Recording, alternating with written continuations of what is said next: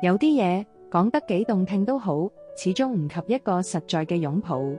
心理學家話，抱耐過8秒，腦入面會分泌催產素，嗰種被叫做親密荷爾蒙嘅化學物，會令你覺得安全、信任、被接住。原來愛唔愛，唔一定要用嘴巴講，用身體嘅溫度都可以講到好清楚。女人成日問，你愛唔愛我？有時問到自己都攰，但其實一次用心嘅擁抱，可能比千句承諾更真。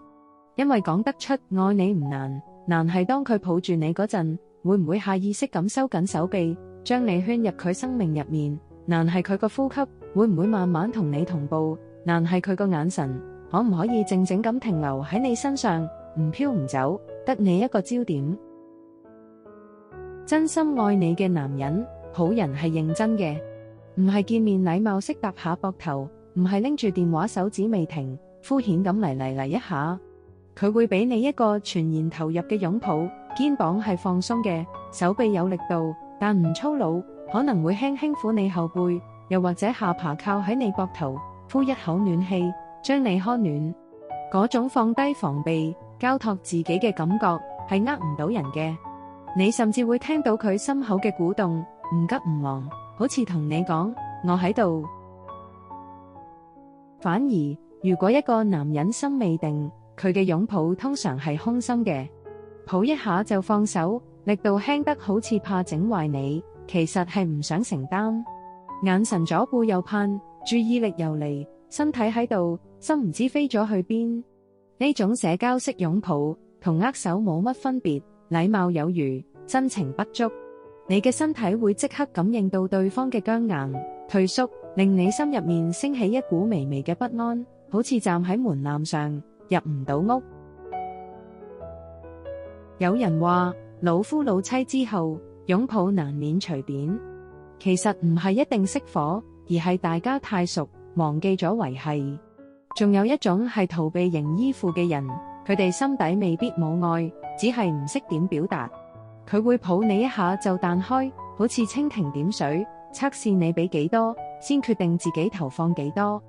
你可能會誤會佢冷漠，但好多時佢只係缺乏安全感，怕一抱太久就會輸到一敗塗地。咁點樣分辨？好簡單，睇3樣。1. 睇眼神，真心嘅專注係暖嘅，會停喺你臉上；敷衍嘅眼神會周圍瞥。2. 咁身體，放鬆嘅肩膀，有力但溫柔嘅手臂係投入；縮骨僵硬，若即若離係抗拒。3. 讀情緒，佢抱完你，你心入面係被安住，定係更孤單？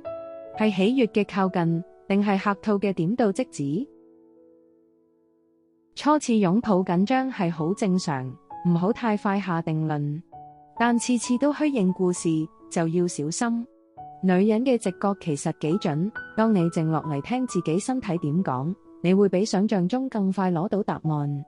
因為講嘢可以修飾，甜言蜜語順口開河，但身體嘅反應呃唔到任何人。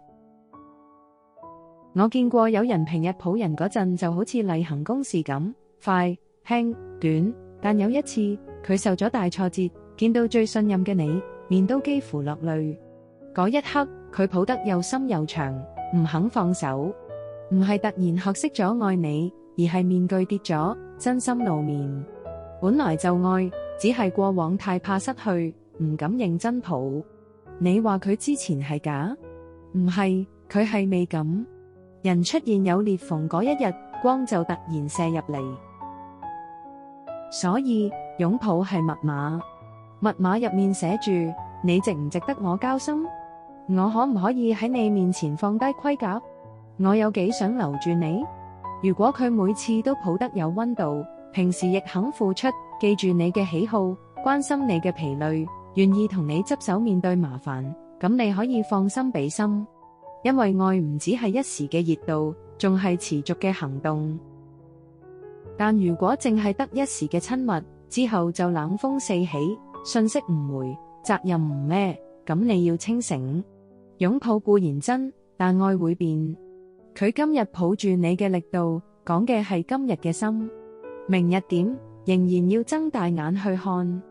唔好用一次擁抱交換一世承諾，亦唔好因為幾次疏離就否定你值得被好好相擁。